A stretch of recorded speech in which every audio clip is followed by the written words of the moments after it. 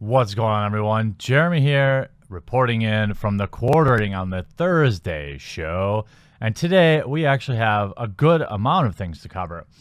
The Riot Games controversy continues. Battlefield 5 release date pushed back. And I'm going to mix in some good news, something I'm actually excited about. Try to change it up a little bit so it's not always so doom and gloom. Now, the first story I want to cover is Riot Games opening up a diversity and inclusion division and will be giving people anti-bias training. Now, this is something we saw in their apology letter the other day, but I'm curious how far that's really going to go. And it brings up a interesting theory that I want to talk about with all of you. So this is from oneangrygamer.net, often breaking a lot of stories, but I believe Billy put some interesting information here. Engaging in two leading consultants on culture change to provide us with their expertise and recommendations as we build Riot's culture. Our goal isn't just to be good, it's to become a leader on diversity, inclusion, and culture. Yes, all important things when you're developing video games, things like League of Legends.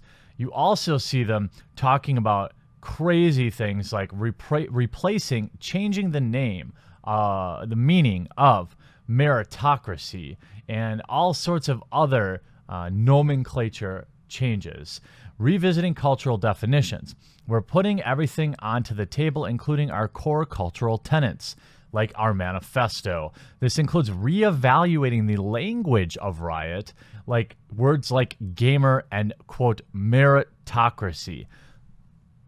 So anybody who is out in the workforce, meritocracy means basically giving the positions, the money, the promotions to those that earn it, giving things based on merit. And this is all any of us ask in the workforce, in my opinion. I mean, I've been in the workforce 15 years almost, and all you want to do is be able to work hard and be rewarded for that.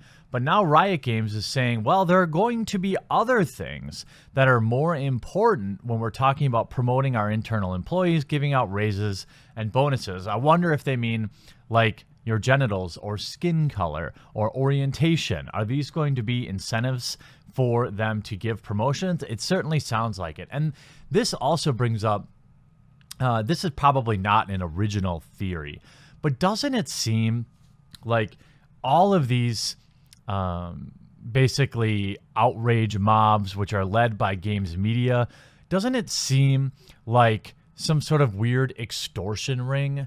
You can look at Papa John's, you can look at Riot Games. It's like they can create a market for people with terrible college degrees like gender studies. You end up getting in at a company like Riot as a chief diversity officer, which, yes, they hired.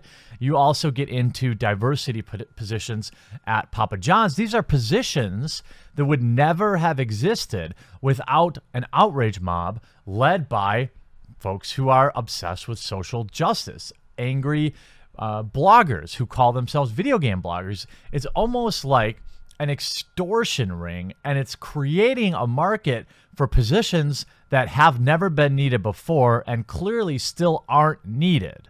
Now, the second topic I want to cover is the hilarities surrounding the Battlefield 5 release date pushback. They have pushed back the official release date for Battlefield 5 a full month into November, citing that they want to work on the core functionality of the game. Not all the controversy, definitely not that their pre-order sales are in the tank. No. They just want to fix the game. This is coming from Screen Rant. Battlefield fans will have to wait an additional month to get their hands on the latest installment. The delay can only be good news for those who were initially hesitant to jump on board of the Battlefield 5 following the alpha.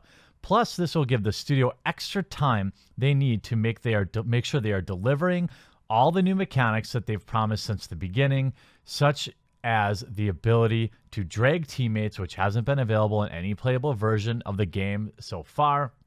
And who knows, other studio working on the Battle Royale mode will have finished it in time for the release at launch along with the base game. Now, this is what I call spin.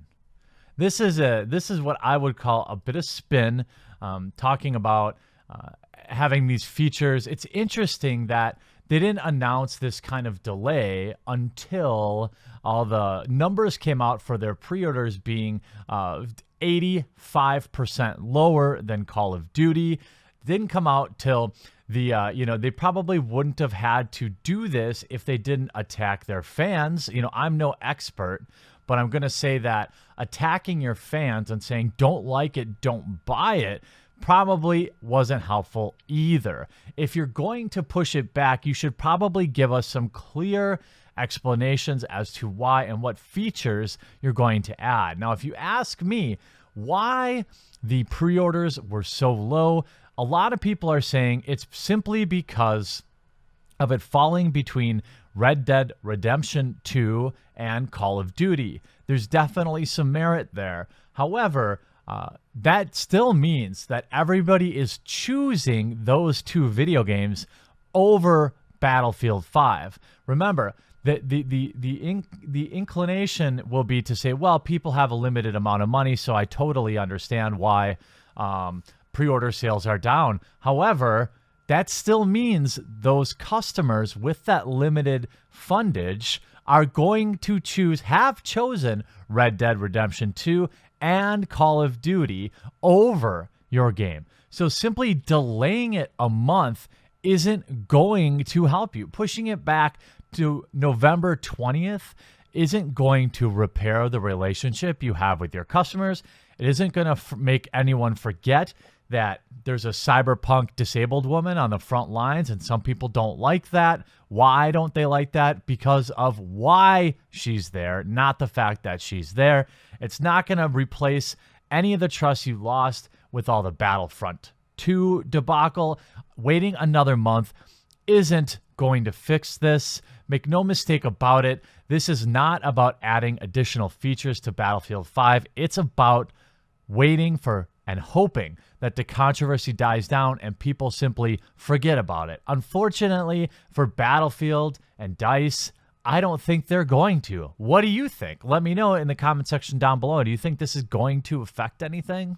And another thing I forgot to mention, the shares of EA on the back of this news absolutely cratered today, down almost 10% on the day, from down to 115 starting the day, well over 120, and it's still falling. It bottomed out at 115.80 around 1 o'clock this afternoon, and it continues to fall. Now it's 115.70.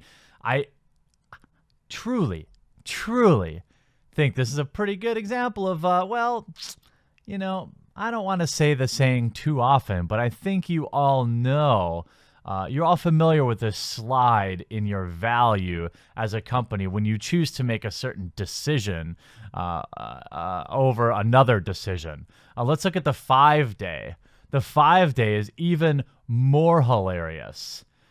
Look where this ended Wednesday at 4 p.m. and then pew. We'll call that the woke slide. It's always fun to watch.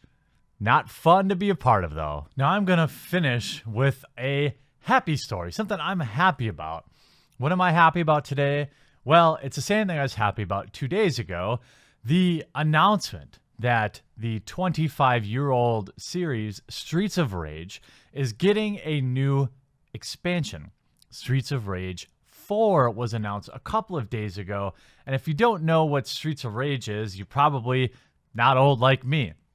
But I was actually a Sega Genesis kid.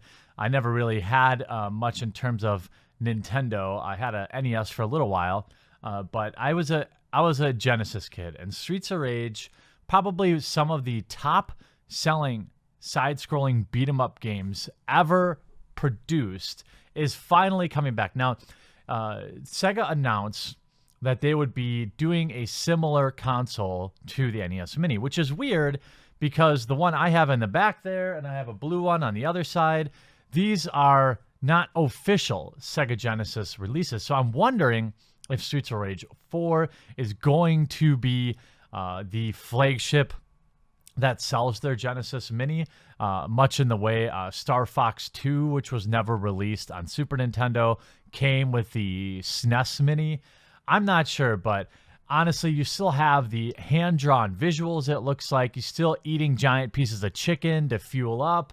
It's one of the best, most fun side-scrollers I've ever played, and it's been around basically in cult followings since the 90s when it came out, but now we're going to get a fourth one, and I really, really can't wait to stream it at twitch.com/thequartering. What do you say? It seems like Twitter's pretty excited about it. I'm excited about it. There's some good news. I'm going to try to work in some good news into each day's episode. Some days it'll be harder than others, but I don't want to be all negative. So